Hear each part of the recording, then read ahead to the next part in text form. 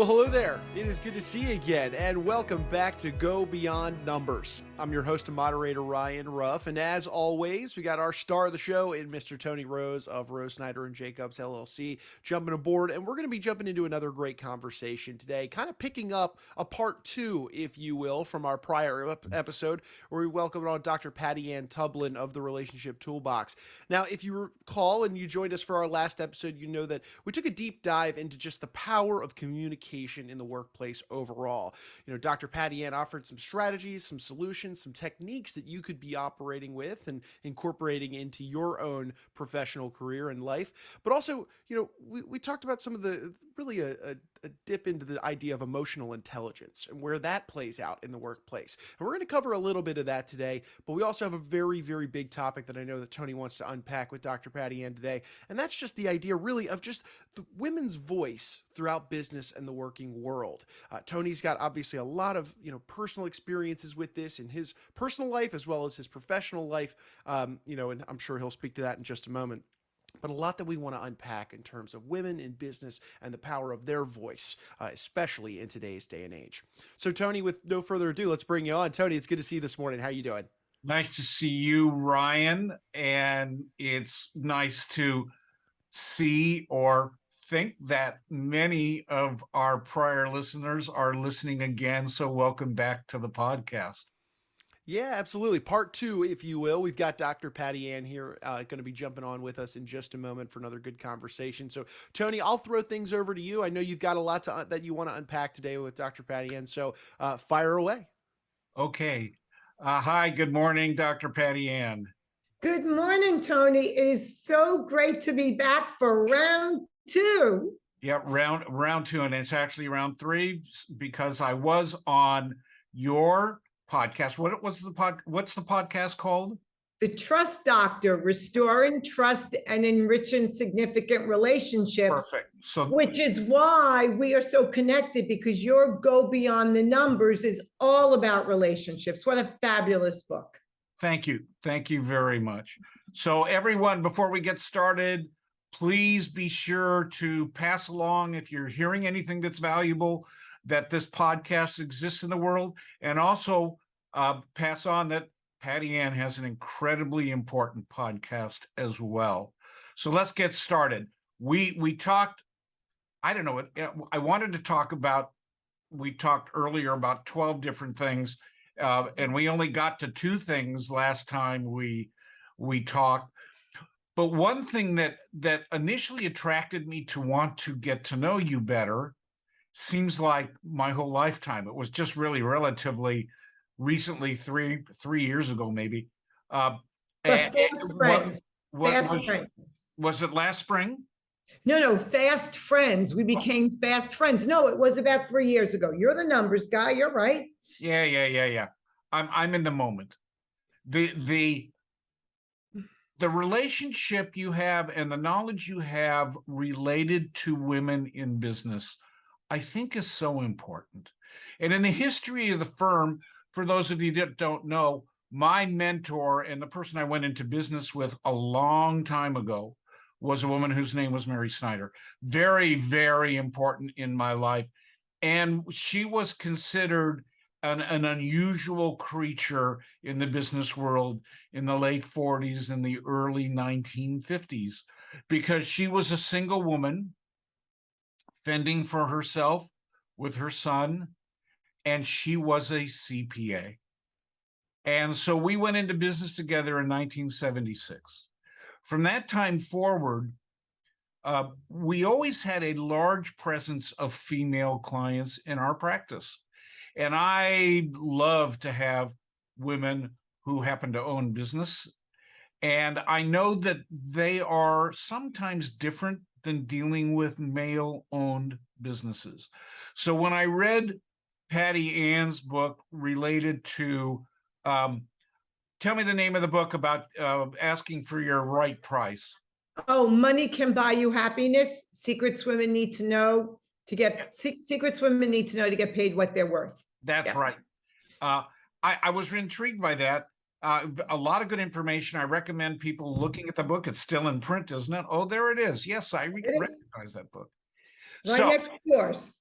So I want to engage in a conversation today about women, which might be one of my favorite subjects. So how did you get into this woman thing besides the fact that you're a woman? Because that's a Oh my gosh, that is so funny, this woman thing. Before I answer, I'm going to go back to your mentor. Mary was her name? Yes. And I think you called her an unusual creature. I will call her an anomaly, because very much so back in the 1940s, to be a single mom and to be a CPA, that really was unheard of. Like I would love, that was a trendsetter, a thought leader. And I know from working with you professionally, personally, being your friend, as an accountant that you really have internalized so many aspects that are unique to women that I really think is part of your secret sauce to success. I really do. So to answer your question, of course, I have to go back in time, but I'll keep it short. When I was young, there was a time when I was young. We were both young, Tony, remember? Yes. And there was a competition for a speech. And I didn't know that you could give this somebody else's speech. So people gave Patrick Henry's speech and, all different speeches throughout history. But I actually wrote my own speech. And I had just sold my house last year and I was going through notes and I actually found the typewritten work I had done with my mom to create my speech. And the speech started like this: women have together an enormous potential strength. We have wasted it for thousands of years. We must end the teacup mentality. And I literally just said that off the top of my head. And a whole bunch of men walked out of the competition. They left in a huff.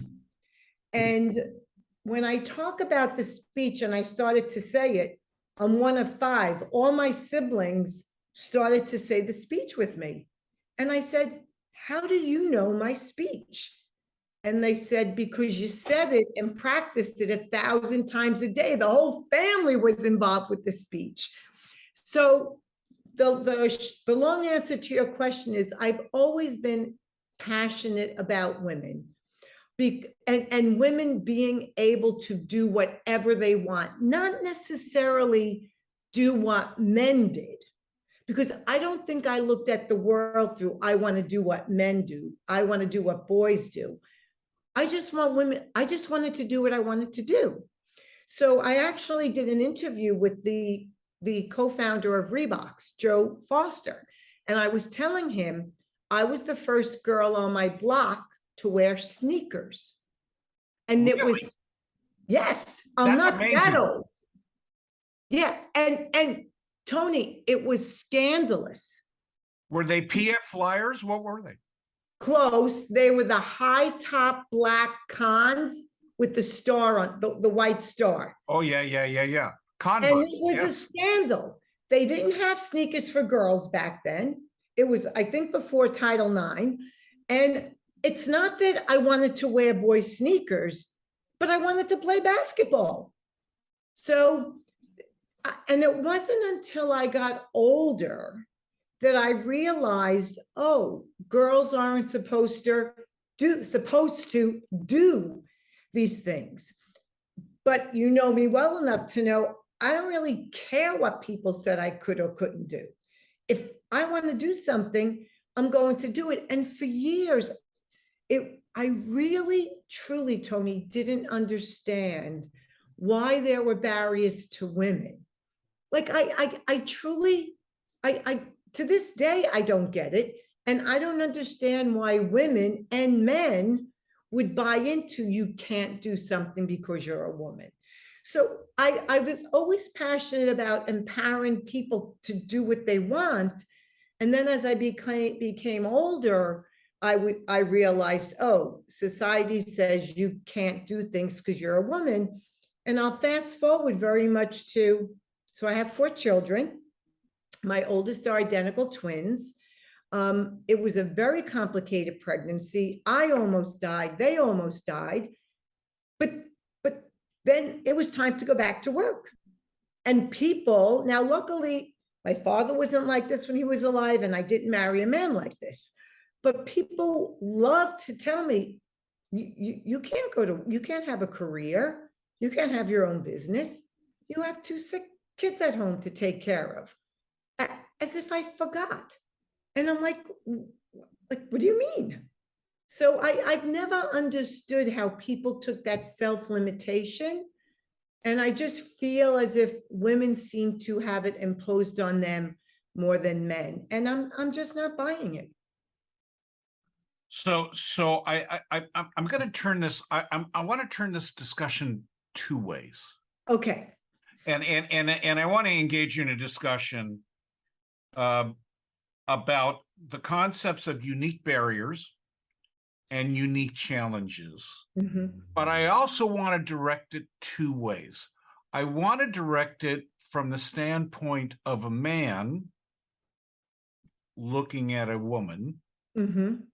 and then women looking at their own business and maybe male-owned businesses. Mm-hmm. Okay. So maybe we're going to get, and maybe this is going to be too granular for everyone, but I want a chance at great risk, by the way, on this podcast, to state the way I perceive things, which some people listening might object to. But I want to start with how you would define the term teacup mentality for, not for when you did that speech, but for what you think might be a teacup mentality with women now. Gosh, Tony, this whole setup, and I want the listeners to know, Tony and I did not rehearse this at all, but this is beautiful. Like, much to Ryan's chagrin. But even if he did, we would have gone off script. But I love this, Tony, and I will tell you why. First of all, nobody's ever asked me to present anything within this framework. And let me go to the teacup mentality. And I want to answer it from the unique barriers that men see for women. All right, can I tie it that way? You might be combining two things I'd like to talk about separately, but let's try it. Okay, well, interrupt me. I can only say you missed. All right, well, no, interrupt me if I'm not answering you. Well, So, I'd like to know what you perceive to be teacup barriers. Yes, I'm going to tell you. For the women, in the women's view. Yes, and okay. So I have to answer it from the men's view first. Please. Okay. Okay. And I think this is where a lot of the issues are, and it comes from a good place, right? I think the road to hell was paved with the good intentions. But I do believe that men look at women from the lens of wanting to protect us. And I think it's coming from a very good place. Now you're smiling, what? Well, I want to tell you that I had a date last weekend, and I was with this woman who's an MBA and very successful, and she created a charity, a very meaningful charity, and we're walking down the street, and I was walking down the street with her, and I was on the inside.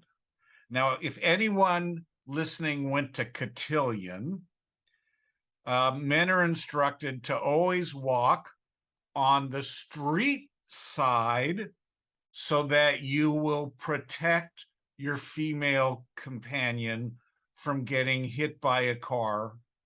And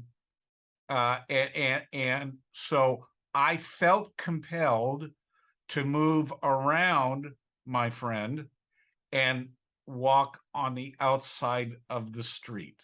So you're exactly right. I think most men are taught that women need to be protected. Certainly of my generation and maybe one or two generations. I don't know what they're teaching men now, Dr. Patty Ann.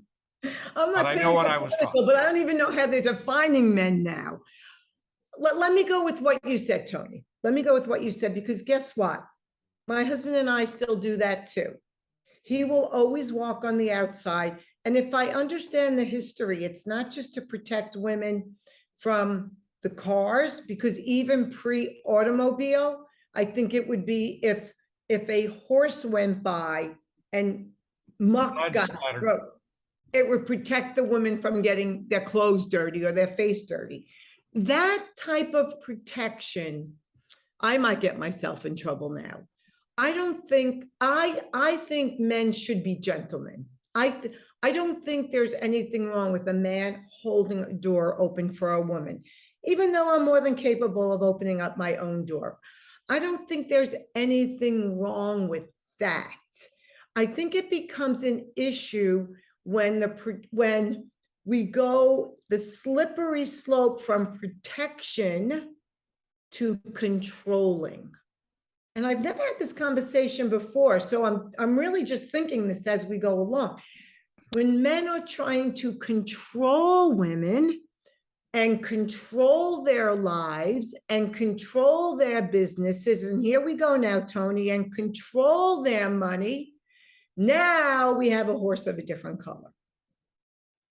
That is so clear and easy to understand. You listening out there?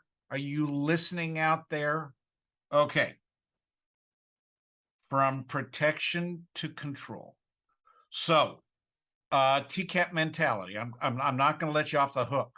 Okay, so the teacup mentality is part of men wanting to protect women that are seen as fragile. And if you think about it, and again, I might get myself in trouble, but you know what, Tony, I'm just going to be honest here. When you think about it, and I happen to have a master's in nursing, and I'm also an RN, so I have a medical background. Women are physically I'm going to say it this way, the less strong sex, right? When I want to open up a jar and I can't get it open, I give it to my husband. Why? Because he is physically stronger than me. It doesn't mean he's better. It doesn't mean he's smarter, right? But physically, he has testosterone. It is a different hormone for strength than what women have, which is estrogen. So that's where I believe this teacup mentality is today. It's fragile. You have to protect it. Do you think that's really still true today? In the 20-somethings and 30-somethings, do they understand or perceive this teacup mentality, or is that out the window with the advent of sleeve tattoos?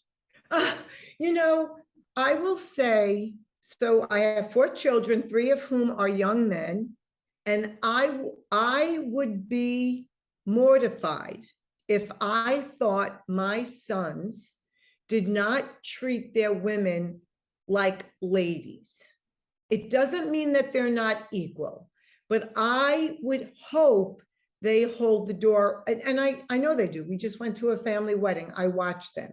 And I do feel there's a sense of them protecting women in a healthy way. Remember, look at their mother. And it's not just their mother. I was telling my son's new bride and my niece's mother-in-law, I said, you know, these women come from a long line of strong women. And I think that's to be celebrated. But that doesn't, our female strength is not diminished by a man being protected in an appropriate way. So if you move this into a business setting, because we can have a whole nother series on emotional relationships between men and women. Right. But let's move this into a business thing, because I want to go beyond numbers. Mhm. And was that good, Ryan? Did I get that in there right? And I was impressed, Tony. I was thank you. going to say something Yeah, later on. I'm getting better at this. So now this maybe natural protective mentality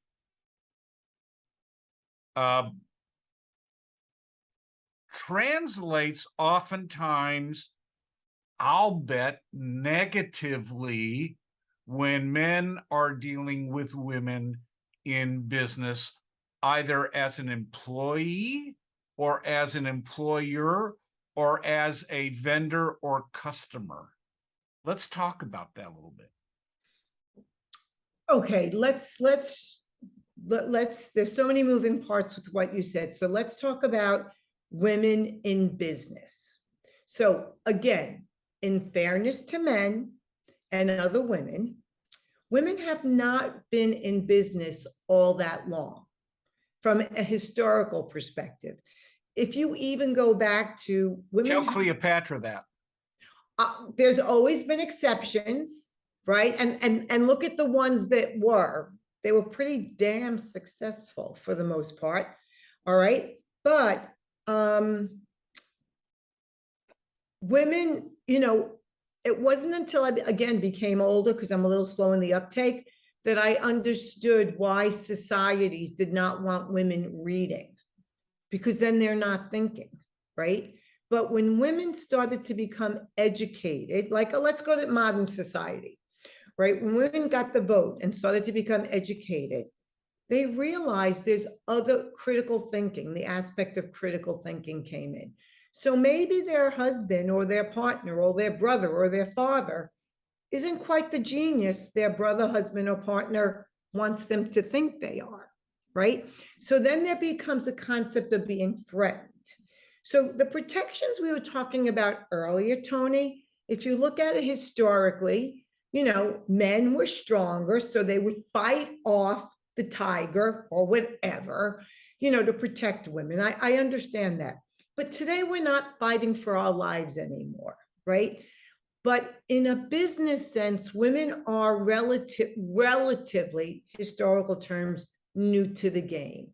So there has been a learning curve that men perhaps, even though a young man needs to learn the business of whatever the business is, there's almost been a natural osmosis of being exposed to it, watching their fathers talk, their uncles talk, their grandfathers talk. And women were not in that conversation. So today, women might have been they might have had a late start, but that's in fact all it was. But we have more than caught up. And I think in business, sometimes it was well-meaning, and men have had to shift their mindset to realize that because it's a woman speaking, it doesn't mean that they're less than. And sometimes men have had to be trained to hear our voice. And again, I come to this from a place of well-intentioned. I do not like, nor do I approve, quite honestly, not that anybody's asking me, but I don't like when women do male bashing, right? I don't like when men bash women. I really believe, and this is one of the strengths of this country, right? Equality, where when we allow men and women to be truly equal, that is the beauty of success in a bit. That is the beauty of differences. When Tony, you've worked with a female partner will look at a situation differently than a male partner. It's not better, it's not worse, it's just different. I can't tell you how many conversations I've had them with you, I've had them with other very successful men. And they'll present an issue and I'll present my perspective on it. They're like, I never looked at it that way. And it might very well be that it's a female perspective.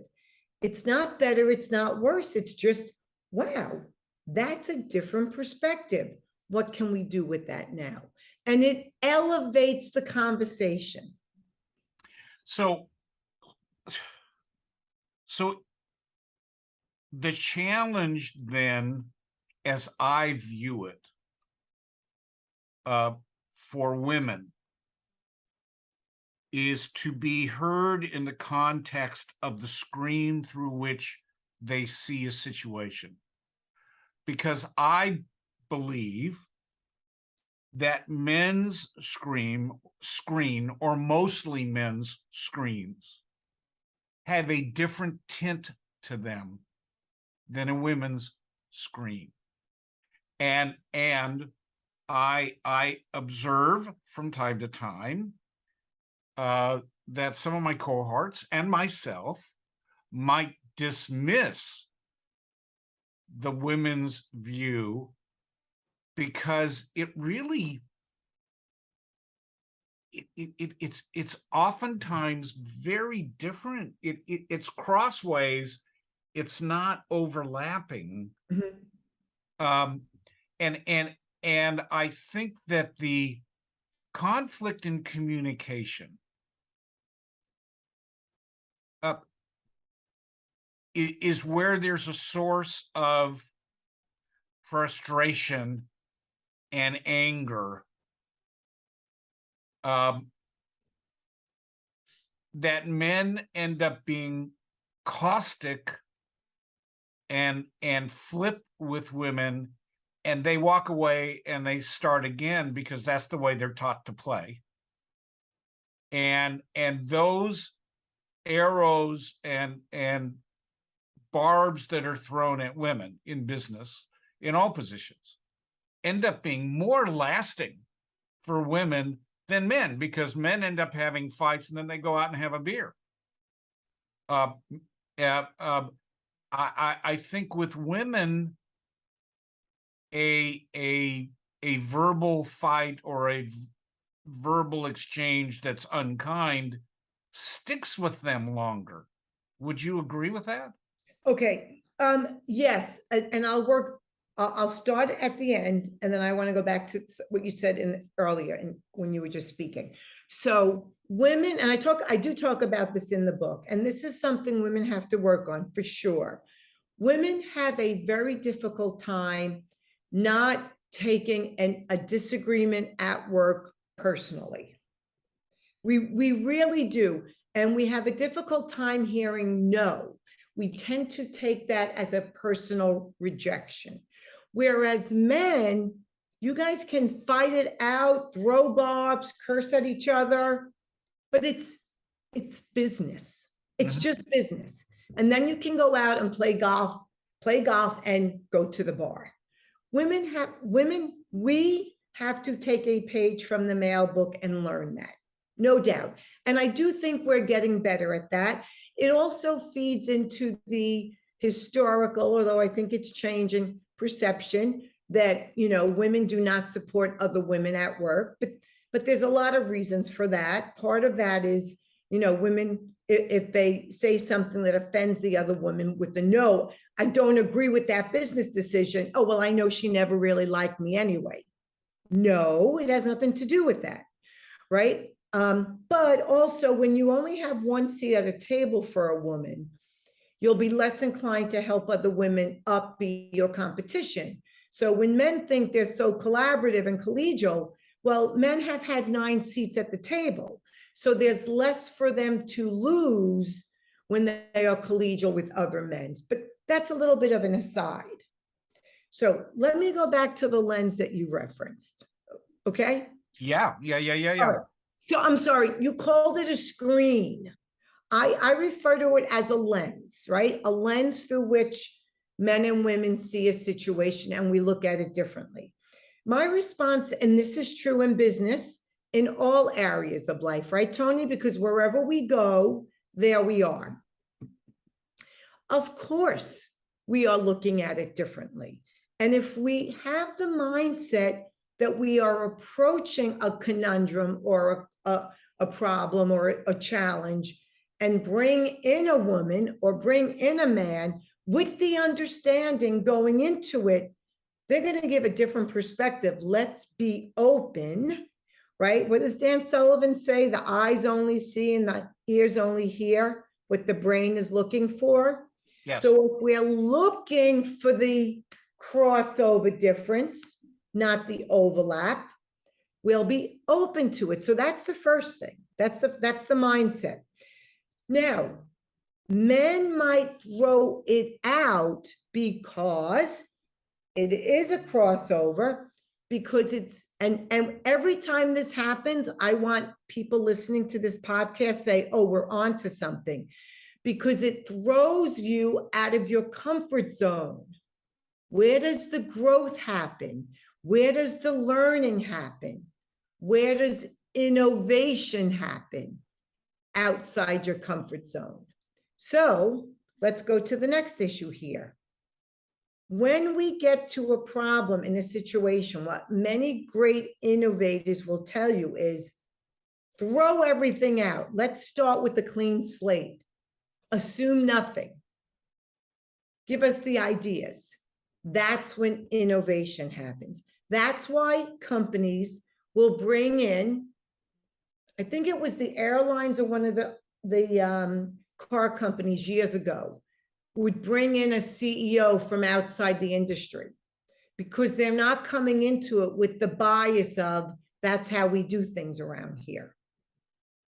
Oh, yeah. Well, and we've talked about that before in my business. As some of you who have listened before knows, that we have had Patty Ann consult in our business, because I think we help other people run their businesses, but I think we need help running our own business. So we've talked about this before, haven't we? Yes, yes. And so innovation only happens when we're uncomfortable. So if the discomfort is brought in by a woman, that's embrace it, is what I would suggest. You know, one thing that happens to me is that, I know this sounds weird, I'm never not aware that I'm dealing with a woman, but I'm not aware that I'm dealing with men. Does Sure, that make sense to you? Of course. Why? Because when we are with what's familiar, it doesn't register as familiar consciously. It just is. Now, lately, because I have been known to be profane in my life, but I am not necessarily as unreserved when I'm dealing with a woman than I am when I'm dealing with a man. Is that bad? I think we are making a mistake. Okay. Separate but equal is the concept here. I think we are making a mistake when we believe that men and women are the same. We are not. I might have said this before, Tony. Until men give birth vaginally, men and women will be different. And I specifically say vaginally because who knows what they'll come up with, right? So I think because there are differences, we ignore those differences at our own peril. But different does not mean less than. Do you get criticized for this kind of language? What type of language? To some women who I perceive get angry when they're treated differently. Well, believe it or not, that's a loaded question. They might, but I guess I want to do loaded questions. This whole podcast is loaded, I think. Okay. I guess it depends upon what you mean by different.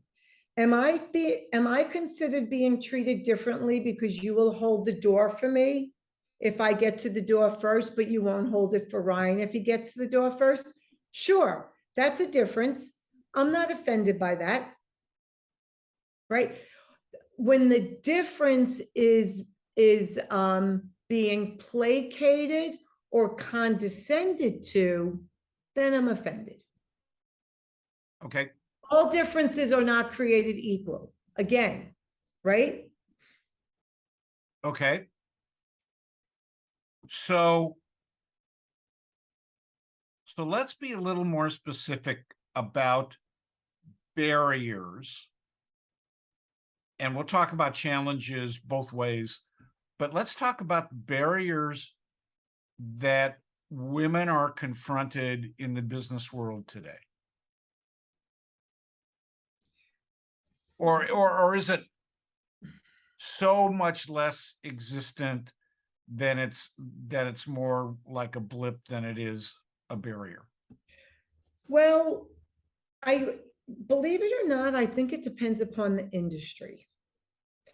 So it's true, we've come a long way, baby, but we have a long way to go. So I will tell you from the work that I've done. So this is me not being a fly on the wall, but in the trenches on Wall Street. It is still a man's world. Make no mistake about it. They can talk the talk all they want. It is a man's world. That does not mean that barriers have not come down. That does not mean that women have not made great strides. But I think we are kidding ourselves if we think women are equal to men on Wall Street. Where are they more closer to equal? What industry do you perceive? Well, I think entrepreneurship in general, right? I really believe that. I don't think as a female entrepreneur, I'm treated any differently than a male entrepreneur. It could be because I'm dumb and I don't pick up on it, but I really don't. I don't feel that.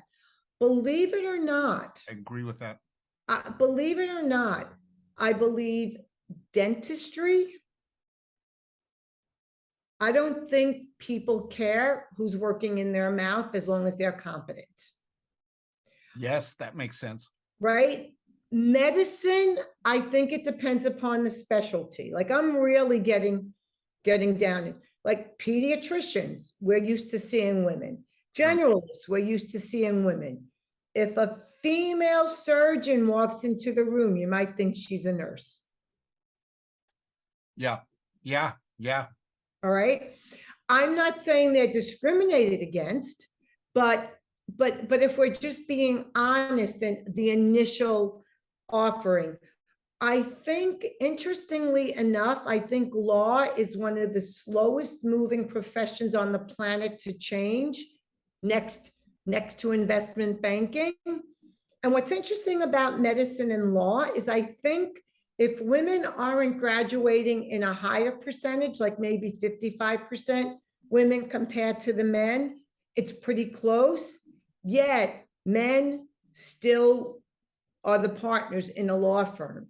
So law is going through a transition now, but I think it is more difficult for women to crack the barrier in a law firm. And that might have to do with because you have to get the clients and maybe the clients are expecting to see a male senior partner. I'm not really sure, but I don't think we are there as much as we want to believe that we're there, but we're absolutely getting there. Now, here's an interesting stat, although I don't have the exact stat, Tony. I'll make it up. Oh, we'll make it up. Women, I know women are graduating medical school more than men, but they're not going into the full-time practices. They're doing, this is dentistry 3 days a week, and that's what they want. They don't want to own the practice. So that's a whole different conversation we're opening up. You know, that's very interesting because my dentist, like no one really cares who my dentist is, but her name is Michelle. Okay, Dr. Michelle. And she's in practice with her husband, James. Mm-hmm. And she periodically gets pregnant, which is a nice thing. It'd be more unusual for James to get pregnant, but that is not happening these days. So I adore Michelle, and she is um, uh, we have great conversations. Actually, she talks to me because my mouth is open and I've got stuff in there. But it does stop. Pregnancy and maternity stops the progress of she and her practice, because he's always there. But then Well, you know what? she's on this, she goes on a maternity, so I won't see her for 9 or 10 months, between appointments. And sometimes I miss her because she's still on maternity leave. And I think that is a barrier for women, because it's because in a business life, it's life interrupted. Is that not true? Well, I'm not sure I agree with the way you presented it. Is it a different challenge for a woman? Absolutely. You're talking about a husband-wife, family-owned business. What she's not seeing, maybe the husband, it's not, she's probably going to end up reaching her career goal, regardless. That's true. That's true. But there was a time when first of all, there was a time if a woman was pregnant, she wouldn't tell work because she'd have to leave. Like now there's laws against that. But I think when Marissa Maya, when she was in charge of Yahoo, no commentary one way or the other about her, Yahoo or anything. I believe, I don't know if she took that job when she was pregnant, but she had twins when she was pregnant. And I think that was a turning point for women. And today, women will get promoted while they're on maternity leave. So it is shifting in the States, but the burden very much falls on the woman to make sure she stays, all right, here's the contradiction. She stays engaged in her career while she is on maternity leave. How do you do that? Because we have by the way, the one business that we didn't say women are equal in is accounting. Right. And our best employees tend to be female. And many of our employees are in childbearing years, mm-hmm. and they do go on maternity leave.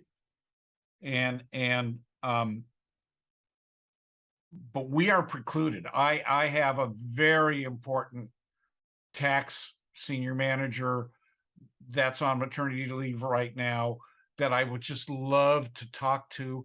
And I don't feel legally that I can pick up the phone and call her. And I know she'd want me to, by the way. I know that she mm-hmm. wouldn't mind me calling her, and she might actually want to keep informed about what's going on. But I feel like in the state of California, at least, I'm precluded from actually calling her, because I don't know whether she's technically on disability or what, and you don't disturb someone on disability. And even just the nomenclature, like pregnant maternity leave should not be even labeled disability, but that's a different conversation. So this is where no good deed could go unpunished in a way, right? So you have to have some laws to protect women. By the same token, when you're feeling that your hands are tied behind your back, knowing that this woman maybe might even appreciate the phone call, puts you in a conundrum, because it might be okay now, but then maybe in 2 years she'll get pissed off, and then it comes back to haunt you. Oh, he called me when I was on maternity leave. So what I'm suggesting is, before you leave for maternity leave, I think the woman is the one that would communicate her needs, wants, desires, and not wants and desires. Oh, by the way, this is a great idea. This particular woman left us beautiful what we call exit memos, Mhm. where every one of the accounts that she was responsible for, she detailed perfectly so that there would be as little disruption as possible while she was gone. Mhm. So I'm very grateful. But the one thing we don't ask is, what would you like to know or be aware of while you're on maternity leave? Well, check with the attorneys that you're allowed to ask that, but I would But even, Crystal, but I if, want to make sure that we but get if you that can on our ask agenda. it, if you can ask it, I would ask it this way. If you can, I'm writing this down. is there anything you would like to be kept in the loop on? Yes. Because, and then they might say no, and that answer is pretty clear.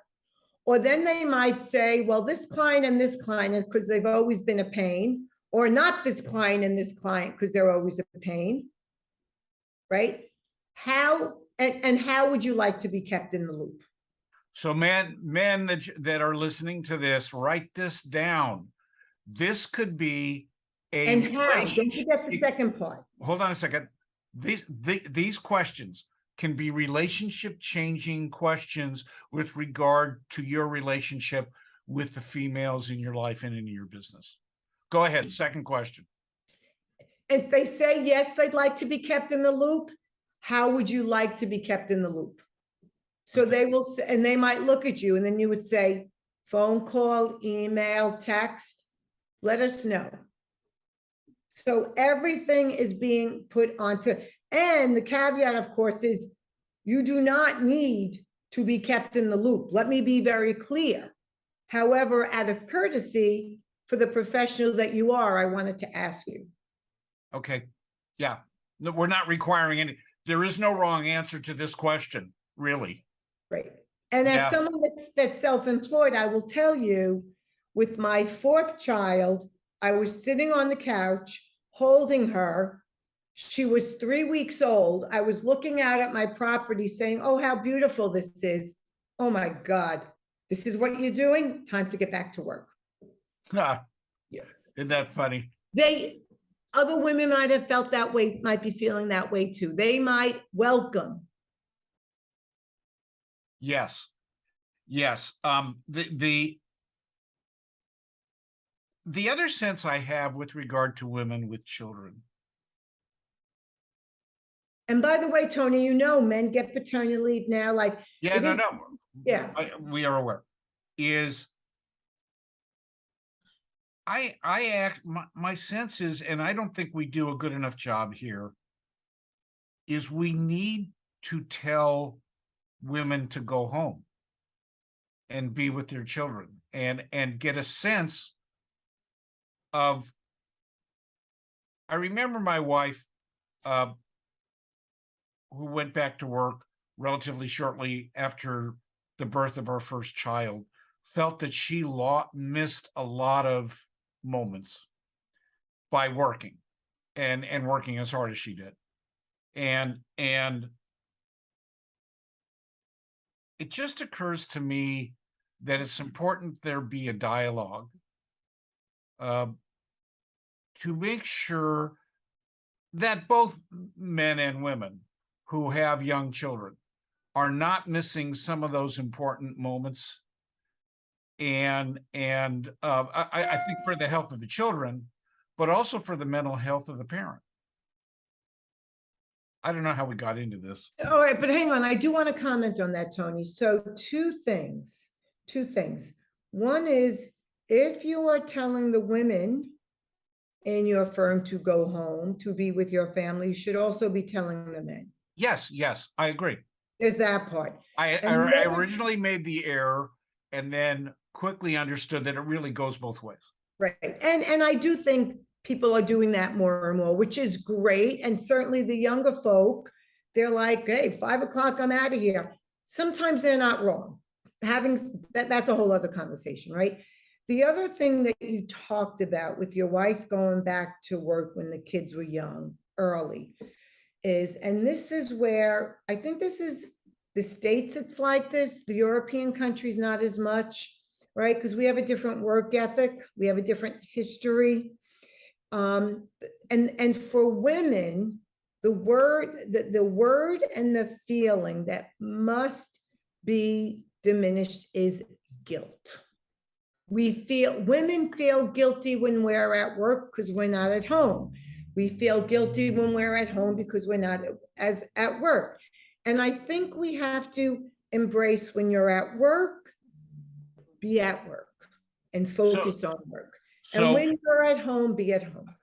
We have to wrap up because my iWatch says that it's time for me to stand up.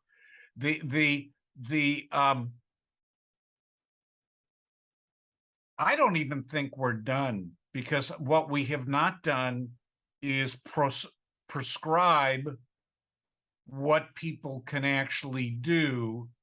And when we next get together, I think that's what we'll have to do, actually create some tips. Okay, all right. let me leave with this. I think this is the quote from Invictus, and it will be a teaser for the next one. I am what is it? I am the master of my fate. I am the captain of my soul. Okay. Something like that. All right. Well, Patty Ann, I so appreciate you. And I know people listening got a lot out of this. Ryan, I know we're done because you've been swizzling. We turn it over to you.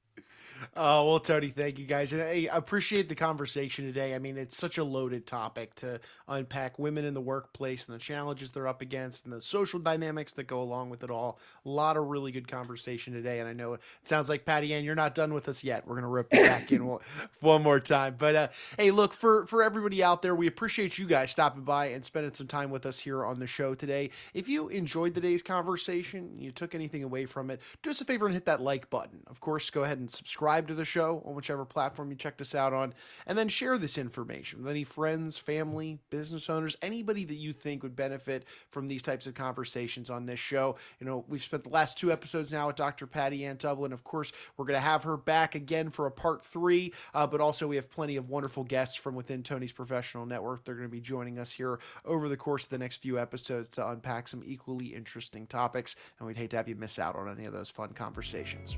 So for Tony, for Dr. Patty Ann, I'm Ryan. We're going to go ahead and say so long, but we appreciate you stopping by and being with us on today's installment of Go Beyond Numbers.